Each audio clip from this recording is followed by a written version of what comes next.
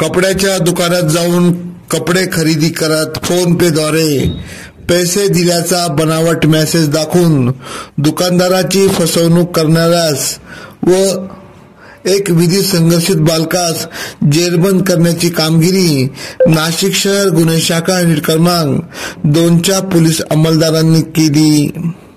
त्याच्याकडून mobile phone, ladies dress, साड्या, jeans, रोख रक्कम असा 57,700 रुपये किमतीचा मुद्देमाल हस्तगत करत फसवणुकीचे 3 गुन्हे उघडकीस केले।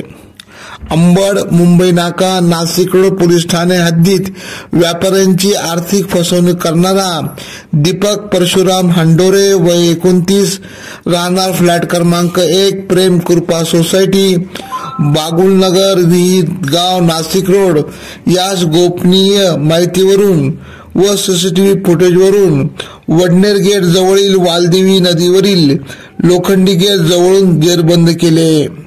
सदरची कामगिरी गुन्हे शाखा युनिट क्रमांक 2चे सहाय्यक पोलीस निरीक्षक हेमंत तोडकर प्रभारी अधिकारी तसेच सहाय्यक पोलीस निरीक्षक डॉक्टर समाधान हिरे यांच्या मार्गदर्शनाखाली पोलीस उपनिरीक्षक मुख्तार खान पठाण, सहाय्यक पोलीस उपनिरीक्षक गुलाब सोनार, पोलीस हवालदार मनोज परदेशी, अतुल पाटील, प्रकाश बोडके, प्रकाश महाजन, जितेंद्र वजिरे आदींनी केली।